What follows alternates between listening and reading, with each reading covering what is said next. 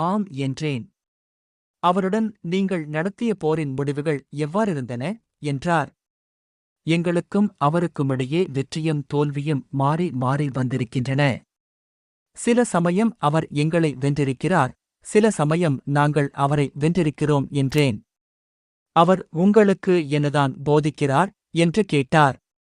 அல்லாஹ் ஒருவனையே வணங்குங்கள், அவனுக்கு எதனையும் இணையாக்காதீர்கள், உங்கள் முன்னோர்கள் கூறி வந்தவற்றையெல்லாம் விட்டுவிடுங்கள் என்கிறார். தொழுகை, உண்மை, கற்பு நெறி, உறவினர்களுடன் இணங்கி இருத்தல் போன்ற பண்புகளை எங்களுக்கு ஏவுகிறார் என்றேன். மன்னர் தம் மொழி பெயர்ப்பாளரிடம் மொழி பெயர்க்கச் சொன்னதாவது, அவரின் குலத்தைப் பற்றி உம்மிடம் விசாரித்தேன். அதற்கு நீர் உங்களில் அவர் உயர் குலத்தைச் சேர்ந்தவர்தாம் என்று குறிப்பிட்டீர். எல்லா இறைத்துதர்களும் அப்படித்தான். அவர்களின் சமூகத்திலுள்ள உயர் குலத்தில்தான் அனுப்பப்பட்டுள்ளார்கள். உங்களில் யாரேனும் இந்த வாதத்தை இதற்கு முன் செய்ததுண்டா என்று கேட்டேன். அதற்கு நீர் இல்லை என்று குறிப்பிட்டீர். இவருக்கு முன்னர் யாரேனும் இவ்வாதத்தைச் செய்திருந்தால் முன்னர் செய்யப்பட்டு வந்த ஒரு வாதத்தை பின்பற்றித்தான் இவரும் செய்கிறார் என்று கூறியிருப்பேன். இவரின் முன்னோர்களில் யாரேனும் மன்னராக இருந்திருக்கிறார்களா என்று உம்மிடம் நான் கேட்டபோது, இல்லை என்று சொன்னீர். இவரின் முன்னோர்களில் எவரேனும் மன்னராக இருந்திருந்தால் தம் முன்னோரின் ஆட்சியை அடைய விரும்பும் ஒருவர் இவர் என்று சொல்லியிருப்பேன். இவ்வாதத்தைச் செய்வதற்கு முன் அவர் பொய் சொல்வதாக நீங்கள் அவரை சந்தேகித்ததுண்டா என்று உம்மிடம் கேட்டேன். அதற்கு நீர் இல்லை என்று குறிப்பிட்டீர். மக்களிடம் பொய் சொல்லத் துணியாத ஒருவர் இறைவன் முது பொய்யுரைக்க துணிய மாட்டார் என்று உறுதியாக நம்புகிறேன். மக்களில் சிறப்பு வாய்ந்தவர்கள் அவரை பின்பற்றுகின்றனரா அல்லது சாமானியர்களா என்று கேட்டேன்.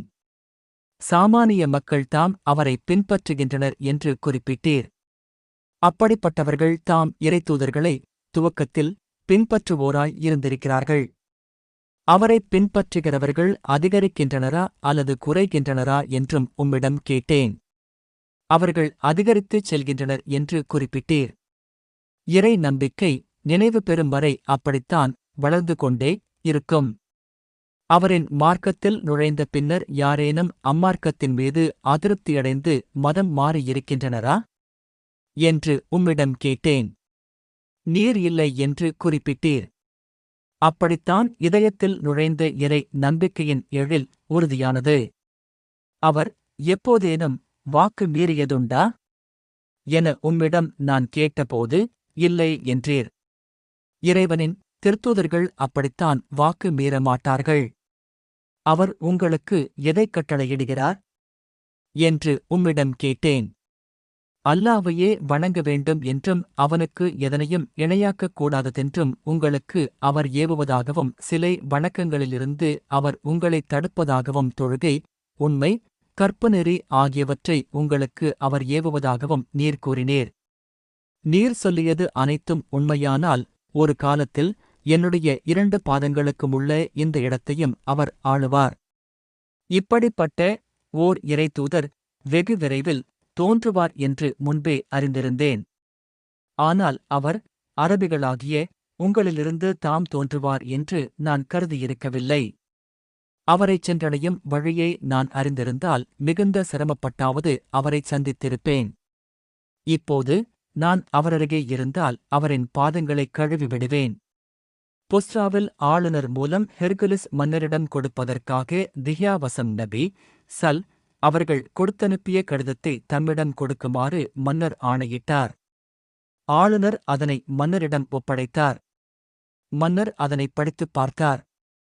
அந்தக் கடிதத்தில் அளவற்ற அருளாளன், நிகரற்ற அன்புடையோன் அல்லாஹ்வின் திருப்பெயரால், அல்லாஹ்வின் அடியாரும் அவனுடைய தூதருமான முஹம்மத் என்பார், ரோமாபுரிச் சக்கரவர்த்தி ஹெர்குலிஸுக்கு எழுதிக் கொள்வது, நேர் வழியை பின்பற்றுவோரின் மீது சாந்தி நிலவட்டுமாக.